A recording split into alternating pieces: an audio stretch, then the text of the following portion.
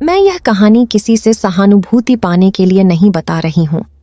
मैं यह इसलिए बोल रही हूँ क्योंकि कुछ सच ऐसे होते हैं जो सबसे ज्यादा घर के अंदर ही छुपा दिए जाते हैं। मैं एक आम सी लड़की थी, कॉलेज जाती थी, घर की जिम्मेदारियां निभाती थी और ज्यादा बोलना मेरी आदत नहीं थी। मुझे लगता था कि मेरा घर मेरी सबसे सुरक्षित जगह है।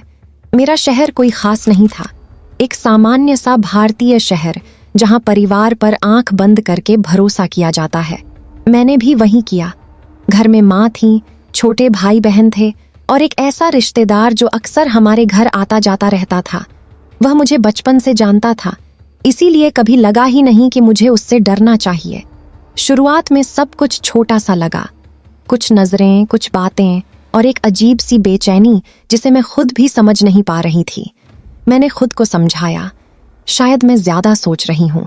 धीरे धीरे मैं चुप रहने लगी, मेरे नंबर गिरने लगे। फोन पर बात करते समय मेरी आवाज कांपने लगती थी, लेकिन घर वालों को लगा यह सिर्फ पढ़ाई का दबाव है।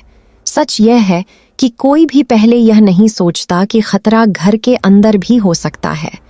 एक दिन कॉलेज में मेरी एक शिक्षिका ने नोटिस किया कि मैं क्लास के बाद अक्सर रुक जाती हूँ। उन्होंने बस इतना कहा, अगर कुछ गलत हो रहा है तो बोलना जरूरी होता है।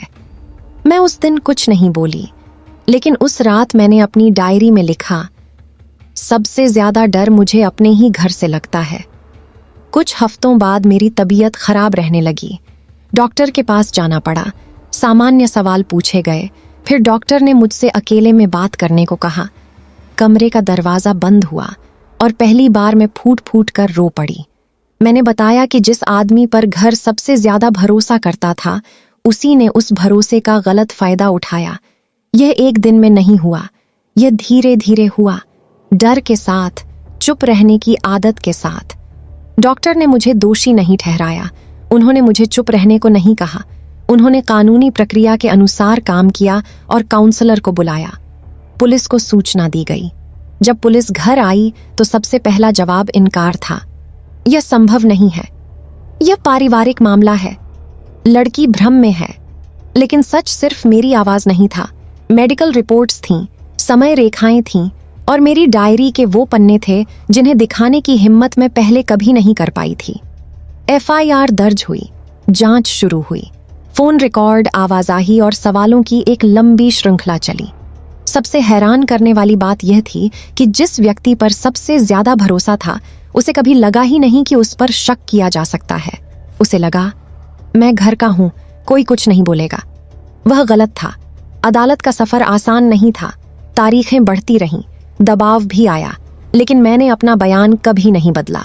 जज ने कहा, सबसे खतरनाक अपराध वह होता है जो भरोसे के नाम पर किया जाता है। फैसला सुनाया गया, न्याय हुआ। मैं आज भी पूरी तरह ठीक नहीं हूं, लेकिन मैं जिंदा हूं, मैं मजबूत हूं और सबसे जरूरी बात, अब मैं चुप नहीं हूं। यह कहानी सिर्फ मेरी नहीं है, यह उन हजारों लड़कियों की है जो आज भी चुप हैं, सिर्फ इसलिए क्योंकि अपराध घर के अंदर होता है। मैं बस इतना कहना चाहती हूँ, जागरूकता ही पहला बचाव है।